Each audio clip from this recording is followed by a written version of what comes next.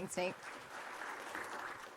Good morning, everyone, and thanks for coming out on this. I know it's a summer series, but it's actually freezing outside, so it's a very Melbourne welcome to all of us here today.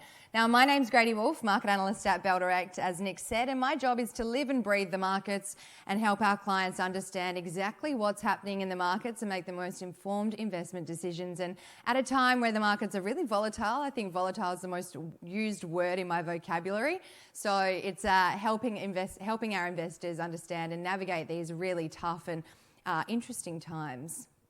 Now, our legal team don't get paid if I don't say this slide, so just any information I present today is simply information only. If you do like any of the stocks, and some of the stocks I do talk about are actually here today, so make sure you go and talk to the MDs and executives to get the most informed investment decision. No advice is to be taken from what I say.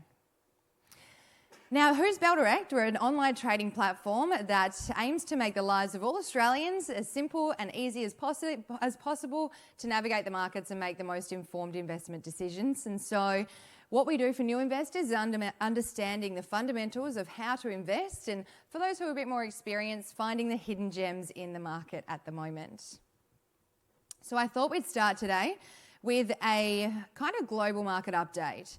And what I mean by that is looking at a chart over America, so the US, China, Europe and Australia over the last 10 years. The big takeaway from this chart is markets go up over 10 years. So as we can see, some peaks and troughs, but every time the market comes down, it seems to go back up. So when we do see some news and noise, and that's exactly what's driving the markets at the moment, it's a macro-driven market right now around the world.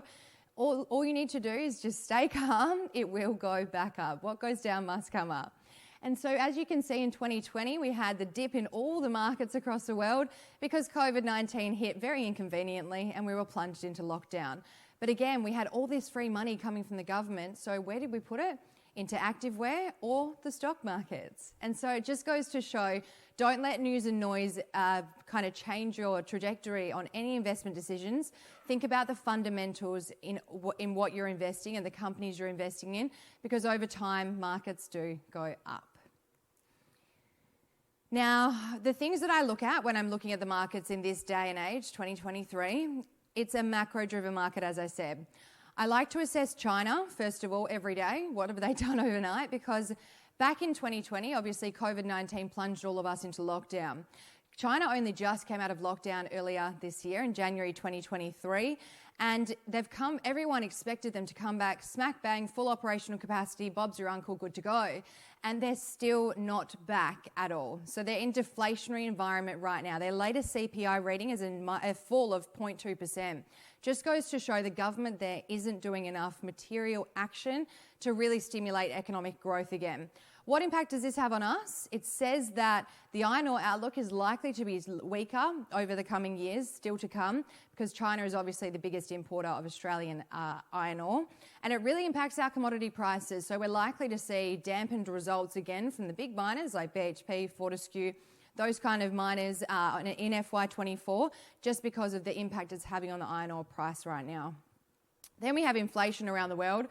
Australia is getting it under control, thank God. The RBA raised interest rates again. We don't love that. But it just goes to show that wages price index, producer price index, and the housing crisis we have down under are really sticky, and they're the reason that the inflation remains stubbornly high. So what we need to assess is that, yes, the RBA continues to raise. It's factored in that they have reached their peak now. All four big banks think that they have reached their peak. So times are going to be tough for a little while to come. Don't worry, it will get easier, but we want to avoid that recession, which the US have done very miraculously. So everyone thought, when I was delivering this speech back in March this year, it was factored in that the US would be in a deep recession by December 2023, 75% chance. And they've somehow avoided that. It's now factored in at 50% chance by mid next year they might hit a recession, but we're kind of assessing their data as it comes out. What this says is that the Fed's interest rate hike and really aggressive interest rate hike strategy to start with has paid off. They're having they've got robustness and economic growth against inflation coming down. So against all odds, they've done it. So what we need to see with all of these things, you need to keep in mind, this is what I watch every day, and this is what's moving the markets right now. Naturally, AI rally at the moment, it is driving the tech rally of 2023. Now, with AI, it's kind of like ESG. You need to look at annual reports to see if a company is actually investing in AI, what material money they're putting towards a certain area of business operational efficiency to include AI. Don't just look at companies that say they're investing in AI, because if they say that, they're jumping on the hype bandwagon. They're not making material investment. They're just trying to get the rally that's in the tech sector right now. AI is actually across every sector as well. We're seeing it implemented in retail, healthcare, mining. So again, just assess when a company says they're investing in AI, look at the annual report to see where that money is going and what they're actually doing for it. Now, I've got some stock picks today. We know investors love stock picks, but I thought we'd first talk about the gold sector. Now, the outlook for gold is really strong. It has remained resilient and all-time highs in US dollar terms spot price in 2023. This is a really strong driver for our local gold miners, and investors look to get into the gold space through a number of different options. So you've got physical gold, ETFs, miners, and miners obviously. So a few miners are here today, and we have a few ratings on some of the miners here today. So why are investors liking gold right now? First of all, investors see it as a safe haven, and naturally they want some form of returns and security in this market, and that's exactly what gold has done and proven over the last few years, given the resilience. As you can see in the 50-year price chart, we're sitting at all-time highs right now in the US spot price. Then we have the AUD, the Australian dollar, has been weaker compared to the US dollar, again, making gold really attractive. And also it's a hedge against inflation. So inflation has been really high. Investors are looking for opportunities in the gold space, again, for that safe haven nature of the asset. And then obviously it maintains its value even in bear markets. So looking back, between November 2007 and the 1st of June 2009, the S&P ASX 200 fell almost 50%. And the price of gold, on the other hand, rose 25%. So we're in a bear market. We see bear markets, and we're expecting a dip in the markets to come. And gold is set to remain resilient. So it's an opportunity. There's a lot of opportunities in the market right now. Speaking of gold, Mr. Bellevue just walked in, and I'm talking about the stock right now. So a few stocks that have caught our radar at the moment that have garnered a buy rating from a few of the different brokers out there is Bellevue Gold is number one. So Bellevue is a lot of brokers are really looking at Bellevue Gold at the moment, simply because it's changed from being an explorer to a producer. They just poured their first bar of gold, and that's exactly what investors want to see with a miner. Having on time, on budget is exactly another reason that investors really like the gold space. And for a gold producer now like Bellevue Gold, that's what you want to hear. The company is now ramping up to 1 million tonnes per annum at their Bellevue Gold mine site. So again, a lot of ticks there for a lot of investors, and it's in the gold space, which is set to remain resilient over the next coming years. The second one is Regis Resources. Bell Potter has a buy rating on Regis Resources at the moment. They have an asset portfolio in WA, and they're multi-mine producer, all located in WA. So their Duketon Gold project is the flagship project near Kalgoorlie, and that's, again, a Tier 1 jurisdiction of mining in Australia. Now, the company is currently on a growth rate of producing at a rate of 130,000 to 150,000 ounces per annum, and the expected mine life is over 2030. So you want to look at a mine life when you're looking at a gold miner to invest in, and all-in sustaining costs as well. And obviously the third one there is Spartan Resources, and there's a reason that it's on there. I actually went to the Dalgaranga project and complex last week and saw for myself exactly what they're doing, and their drill holes, their assay results are looking incredible. They can actually release to the market on Monday their update, and I suggest you all have a look at what they've provided. The assay results and the high grade quality that they're producing looks incredible. And also they've got it extends the mine life, and we're really excited to see what's happening at the Never Never project, but I'll let Simon, when he arrives, if he arrives today, talk to you through that one. The other sector that we're looking at, is that working? No. My clicker's not working. Can we hit the next slide, please? The next one is obviously lithium. Now, lithium is part of the green energy transition.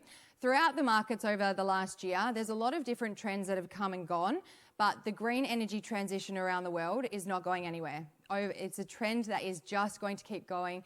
Governments around the world are investing serious money into this green energy transition, and that puts a lot of our local miners and those who are exploring in Canada on the right front and trajectory for a lot of investors. Patriot Battery Metals is one that is gaining international attraction and investment opportunity right now. They're exploring in the James Bay region of Quebec in Canada, and again, that's kind of the area for lithium that everyone is talking about this year. There's some brokers in Sydney who literally just want to invest their funds and all of their clients' funds into companies that are exploring and mining in this region. So it just goes to show, looking outside of Western Australia, we know WA is a really strong mining region, but Quebec is coming up as the most attractive place for lithium. And a lot of people in the room, there's some executives who are ready to talk to you about it very shortly as well.